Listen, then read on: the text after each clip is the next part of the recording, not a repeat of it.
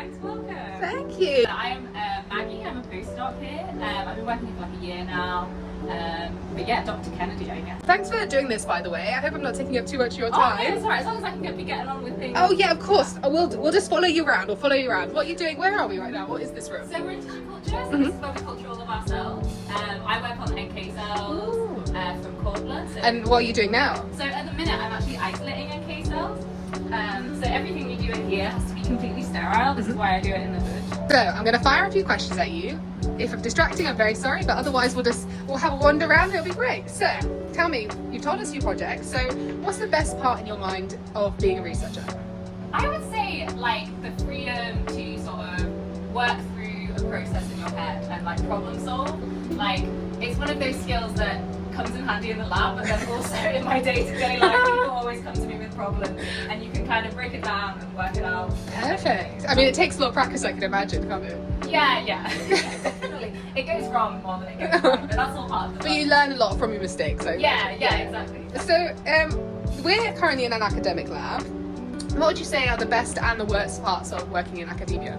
The best part, I would say, is like, again, it's the freedom to usually work through your own project, not always from start to finish, but like within, you have your goal and you achieve your goal. From what I understand with industry, like you can be working on a project with lots of other people. Yeah. I like with academia, like It's all yours. it's all yours, it's your baby, and you feel so invested. So what would tempt you to move to industry?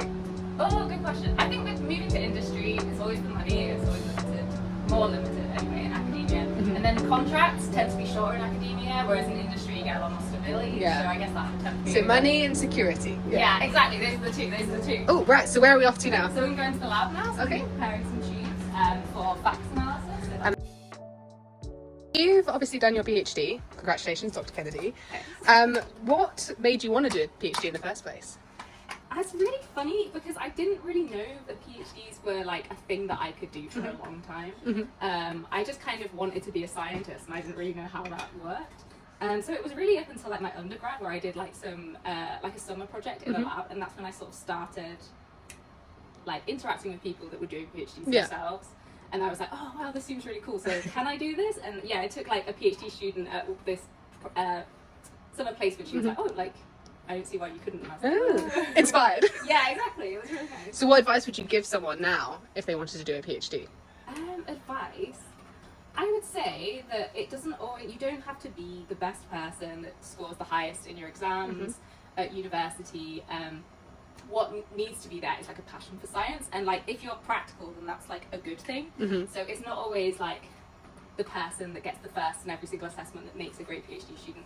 Sometimes it's just like someone that's got the other skills. Yeah, nice. Yeah. Okay. So in terms of what you want to do in the future, what would you say, or where do you see yourself in 5 and 10 years' time? I wish I knew. I feel like I just want to carry on projects after my PhD now, so I need to like publish my PhD research in the near future, and I want to carry on working in research to sort of get my name on more papers, and then I guess in the long-term future, I don't know, it's sort of 10 years, is sort of like leading a research group. Oh, and very like, nice. setting out to solve my own problem and like finding a way to solve it. Ah, nice. So problem solving, I feel, is probably quite up there in terms of the required aspects of someone to be a good scientist. Yeah. What would you say are another 3 qualities that you need? Oh, I would say like resilience. Resilience, is a yeah. really good one. You need to like, you're gonna go wrong, and you need to be one of these people that just like, not always, but you want to be able to bounce back and just be like, oh, I made a mistake. Now it's just a case of like learning from that, getting better, because like it's all just a case of getting better, really. So resilience. Resilience, yeah. And then so 2. Yeah. I'd say the other one would probably be like curiosity and just like an ability to sort of ask questions in that way. Yeah. So, yeah. Very good. Okay.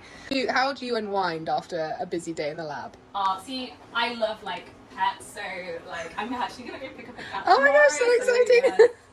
So yeah, chilling and unwinding with pets, watching a good film. Yeah. Eating Nice. some good food. Like transferable skills PhD is following a recipe. So you like your cooking? Yeah. I'm great at cooking.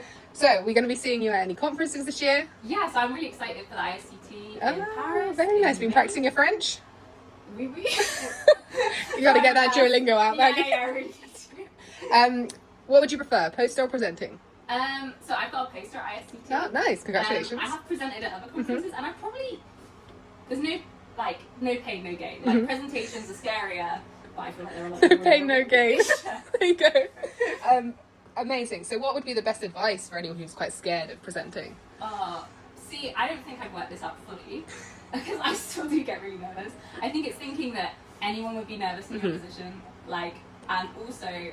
What I try to do is picture how relieved I'm going to be feeling afterwards, and then you can always get excited about it. So, yeah. Nice. Okay, molecular work or cellular work? Ooh, it's got to be cellular. Of course. I work with cells every day.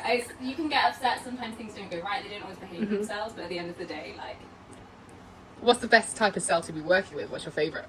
So during my PhD, I work with MSCs. The best. Yeah.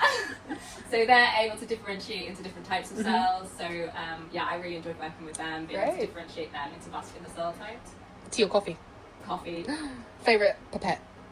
It's gotta be a P10. Oh, They're so cute. They're perfect. P100 all the way. No. Biggest pet peeve in the lab? Biggest pet peeve? Okay. When you're using a tissue culture hood, you need to wipe it down after not just the inside, obviously sterile, whatever. Yeah. The outside. I don't want to go into that tissue culture hood and seeing a smear of your forehead on there. You need to wipe it down. Sweaty forehead marks. I have to agree with that one. That's pretty bad. I'm not. Physical or online lab book? Ooh, online. Ooh. I'm not an online. So modern. And then final question: what's one thing you would tell your pre-science, university self? That's a nice one. I guess just that, a lot of the times when I've told myself I can't do something, especially with the PhD, that it's not going to get there, it's that you can do it and you just need to keep trying with it and just don't give up, which is really lame. Oh no, that's cute. Don't give up. Okay, amazing. Dr. Kennedy, this has been great. Thank you so much. I'm going to leave you to your facts. I hope you have a great rest of the day. See you soon. See you. Bye.